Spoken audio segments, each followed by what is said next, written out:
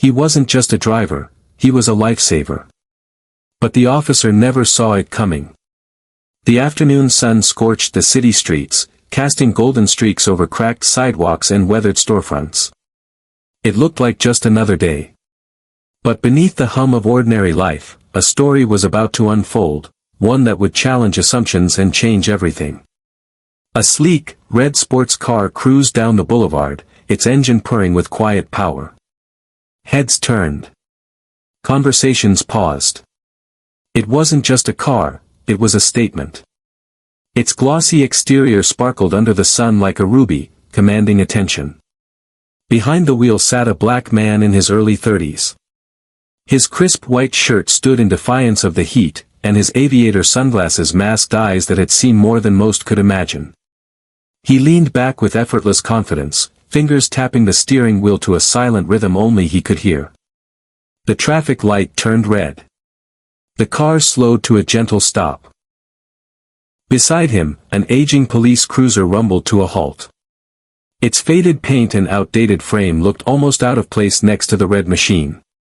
Inside sat a white police officer, mid-40s, with a face carved by years of suspicion and authority. He glanced at the car. Once. Then again. His gaze lingered. To him, something didn't add up. A car like that. In this part of town. Driven by someone like him.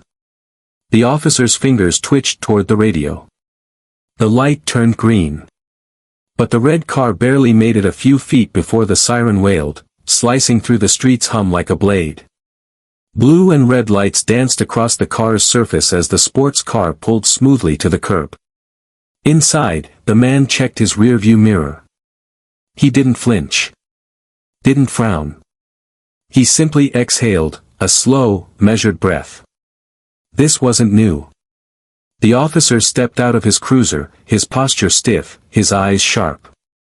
"Step out of the vehicle," he commanded. The man did. Calmly. Deliberately. His every movement was precise, controlled, as if rehearsed. The tension in the air thickened as pedestrians began to gather. Phones appeared. Cameras recorded. Murmurs swelled. The man stood by his car, hands at his sides, watching. Waiting. "This car doesn't match your profile," the officer muttered, peering into the leather interior. The man didn't respond. The officer's suspicion deepened. License and registration. Without a word, the driver reached slowly into his pocket and handed over a leather wallet, sleek, unassuming. The officer flipped through the documents with a furrowed brow. "What's your business here?" he asked. "Heading home," the man replied evenly. His voice was smooth, steady, unshaken. The officer's eyes flicked back to the car. The custom dashboard. The scent of new leather. None of it matched the picture in his mind. Not with this driver. Whispers surged through the crowd. Why'd he pull him over? He didn't even do anything wrong. The officer raised his voice at the bystanders. "Stand back." But no one moved. The man glanced at the crowd. A small smile touched his lips, subtle, almost imperceptible. It was the kind of smile that said, "You've seen this before." "So have I." The officer turned back to the driver. "This car, where did you get it?" "I bought it," the man answered, sharper now. "With my money." "What do you do for a living?" A flicker of amusement crossed the man's face. "You wouldn't believe me if I told you." "Try me." The man adjusted his sunglasses. The lenses reflected the officer's face back at him. "I'm a surgeon," he said. "I save lives for a living." For a moment, the officer froze. Just a beat.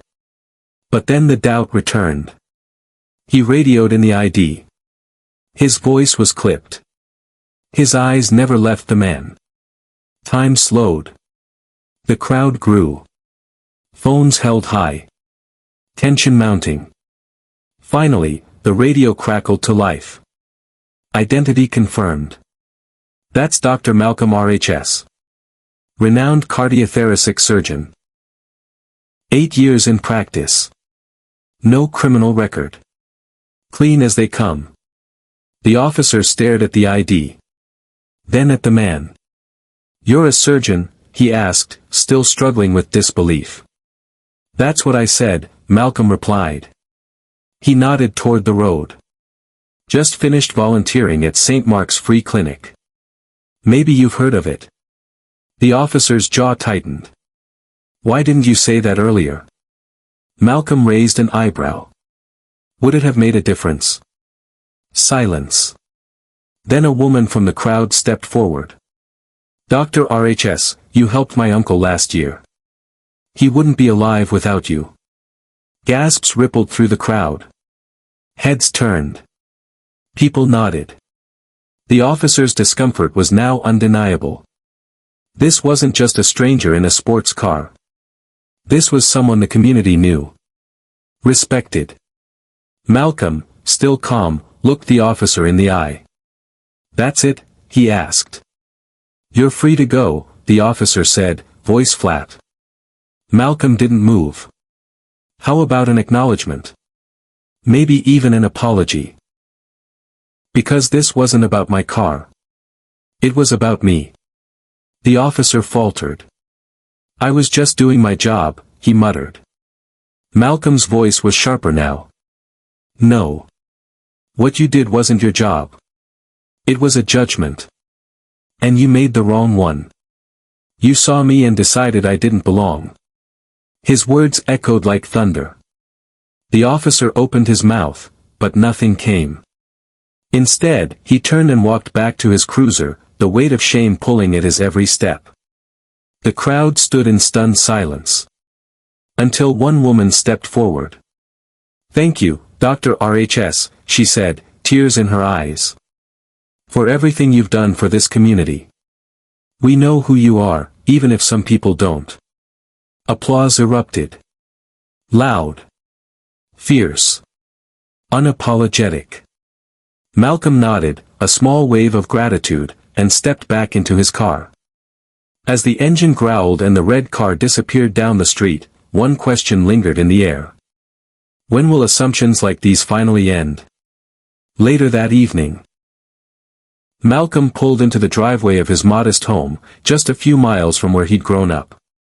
Kids played on the sidewalk, their laughter chasing away the day's heaviness. "Cool car, Dr. RHS," one of them shouted. Malcolm smiled, crouched down, and said, "It's not about the car. It's about what you work for. Never let anyone tell you what you can't achieve." He stood tall, his purpose renewed. Because that car wasn't just for him. It was a symbol, for every kid who needed to see what was possible. The story didn't end on that street corner. It lived on. Clips from that afternoon flooded social media. The confrontation. The reveal. The community's defense. It sparked a firestorm of conversations, some uncomfortable, many necessary. Some condemned the officer. Others defended him. But one truth was undeniable: bias runs deep. And so does the courage to stand against it. Malcolm didn't raise his voice. He didn't resist. He didn't have to.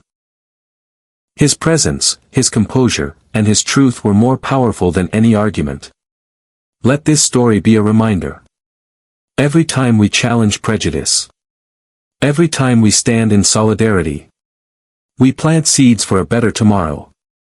If this story moved you, don't forget to like, share, and subscribe for more stories that matter. Because together, we can rewrite what the world expects to see. In the weeks that followed, the video of Malcolm's traffic stop continued to spread like wildfire. Major news outlets picked it up. Podcasts debated it. Social media was flooded with reactions, some angry, others enlightened, and many inspired. Malcolm received hundreds of messages from people he'd never met, some sharing their own stories, others simply thanking him for standing tall. But Malcolm didn't let the attention distract him from what mattered most. He continued his work at the hospital. He returned to the clinic on weekends. He walked through the same neighborhoods where he grew up, speaking to youth groups, mentoring aspiring doctors, and reminding young people that dignity was something no one could take from them, no matter how the world tried. At the hospital one afternoon, a young resident approached him in the break room. "Dr. RHS," she said, hesitating slightly. "I saw the video. I just wanted to say thank you. My little brother asked me why they stopped you, and I didn't know how to explain it. But then he said, I want to be like him when I grow up. That gave me hope." Malcolm smiled, the kind that held both pride and sorrow. "Then we're already making progress," he said softly. Elsewhere, the officer sat alone in his precinct's break room. The clip of his own voice, "This car doesn't match your profile," haunted him. His fellow officers avoided eye contact, unsure of what to say. His supervisor had pulled him aside days earlier, not to punish, but to recommend bias training. It wasn't mandatory, yet, but something had changed. And whether he admitted it or not, the reflection in the mirror no longer looked the same. He couldn't undo what had happened, but somewhere deep down, a seed had been planted. One that maybe, just maybe, would grow into understanding. Because that's how change begins, not in massive waves, but in quiet moments of reflection. Back in his home, Malcolm looked out the window at the neighborhood kids racing their bikes down the street. They laughed loudly, unbothered, free. And for the first time in a long time, he felt that maybe the future could be different. Not just because of what he had endured, but because of what he had shown: calm in the face of disrespect, strength in the face of judgment, and grace when grace wasn't offered first. It was never just about a car. It was about presence, perception, and the power of choosing dignity over rage. It was about one man reminding the world that assumptions are powerful, but truth is stronger. And in that truth, there is hope. If this story moved you, don't let it stop here. Share it. Talk about it. Reflect on it. Because every conversation we have, every bias we confront, brings us one step closer to the world we deserve to live in. This is Thread of Time, where stories aren't just told, they're felt. Until next time. The following month, Malcolm was invited to speak at a community forum on policing and bias.